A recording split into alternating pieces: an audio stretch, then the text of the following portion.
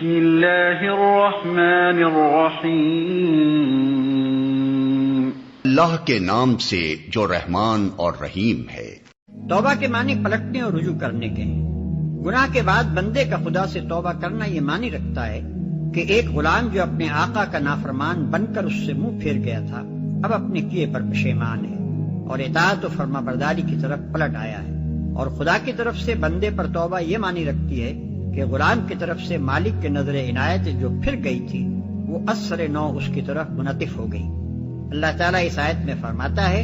کہ میرے ہاں معافی صرف ان بندوں کے لیے ہے جو قصداً نہیں بلکہ نادانی کی بنا پر قصور کرتے ہیں،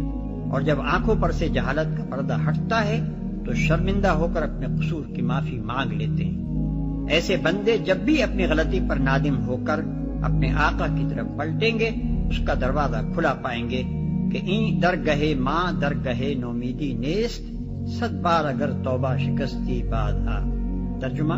یہ میری درگاہ نا امیدی کی درگاہ نہیں ہے، اگر تو 100 بار بھی توبہ توڑ دے تو پھر میرے در پر آ۔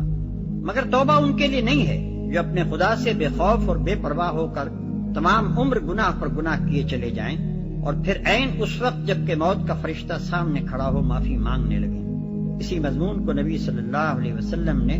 ان الفاظ میں بیان فرمایا ہے کہ اللہ بندے کی توبہ بس اسی وقت تک قبول کرتا ہے جب تک کہ آثار موت شروع نہ ہو، کیونکہ امتحان کی مہلت جب پوری ہو گئی اور کتاب زندگی ختم ہو چکی تو اب پلٹنے کا کون سا موقع ہے۔ اسی طرح جب کوئی شخص کفر کی حالت میں دنیا سے رخصت ہو جائے اور دوسری زندگی کی سرحد میں داخل ہو کر اپنی آنکھوں سے دیکھ لے کہ معاملہ اس کے برعکس ہے جو وہ دنیا میں سمجھتا رہا، تو اس وقت معافی مانگنے کا کوئی موقع نہیں ہے۔